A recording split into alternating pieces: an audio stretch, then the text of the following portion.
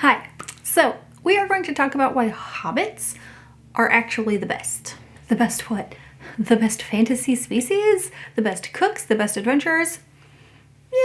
If I were to be specific, I would probably say why hobbits are the best part of the Fellowship in The Lord of the Rings, which is probably the biggest part of what I'll talk about. So, why hobbits are the best and most relatable fantasy species as part of the Fellowship of the Ring. Is that too long of a title? Maybe. I don't know. Let's talk about hobbits. At first, they might not seem like the best. They are so mundane. They are not magical, not epic, not adventurous. And why hobbits are interesting might be a little hard to nail down at first, because what is interesting about them? I mean, think about the most boring person you know. Don't tell them you think they're boring, just think about them. Now put them in an epic fantasy setting, and are they your favorite character? Probably not. If they're boring in real life, they're probably going to be boring on an epic quest. But what about Sam? Isn't Sam like everybody's favorite character from The Lord of the Rings? I didn't know he was. When I started this channel, one of the first videos I made was about Frodo and Sam, and I didn't know he was so popular with so many people. But he is like top of the tier list best character in Lord of the Rings. If you were to read a story about hobbits and their normal everyday life in the Shire, he would be one of the most boring. He's a gardener that doesn't do anything exciting. He has no life of his own. He lives to serve Frodo and Frodo's family. And there really wasn't much of anything to make him stand out at home in the Shire. But take Sam and send him on an adventurous journey filled with danger, and suddenly everybody loves him. And I don't think it's that weird that he's so lovable in The Lord of the Rings. Sam is somebody who belongs in the Shire. The Shire is his home. That's where his heart is. Although later I say his heart is with Frodo. Can I contradict myself? Your heart can go more than one place. Sam does not belong in that epic, dangerous world. Neither do the other hobbits, Frodo or Pippin or Merry. The other members of the Fellowship do belong there. And this is part of what makes Sam stand out and be special in The Lord of the Rings on the epic quest, because he stands out. He doesn't belong. This is not what his life has prepared him for.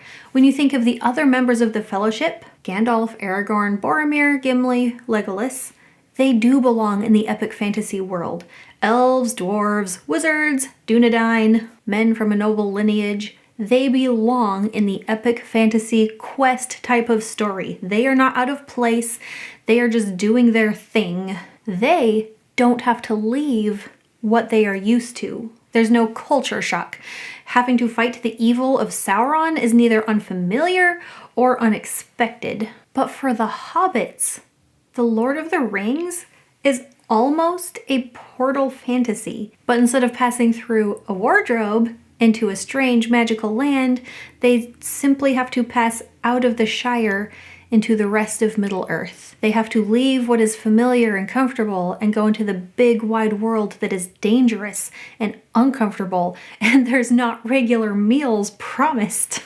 A hobbit must be adventurous if he's willing to give up regular meal times.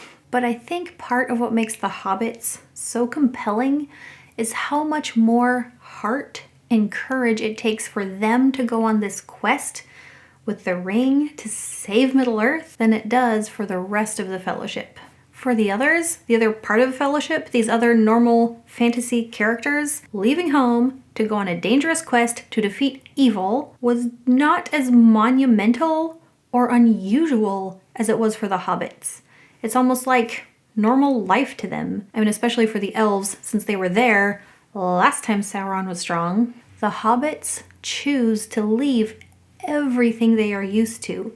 They're leaving home. The rest of the Fellowship is leaving home, if they had a home to start with. But it's a bigger deal for the hobbits. Their lives are connected so much to the Shire and so much to that normal, mundane life that pulling them up out of that is like being transported to a completely different world, which was what made me think of portal fantasy, because it's such a different life for them. But they didn't leave their home in the Shire with the intention of defeating evil.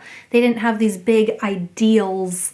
They left home because they were following their hearts, and their hearts were with Frodo. And Frodo's heart was with Bilbo. He wanted to follow Bilbo on adventures, and this seemed like a grand adventure. And helping save the world is kind of awesome, but you know, that was only part of it. I think for the hobbits joining the Fellowship, they were giving up the most out of everyone else. Not to negate what the other characters went through once they joined the Fellowship, but it was a bigger deal for the hobbits. And the hobbits changed the most over their journey. They grew the most.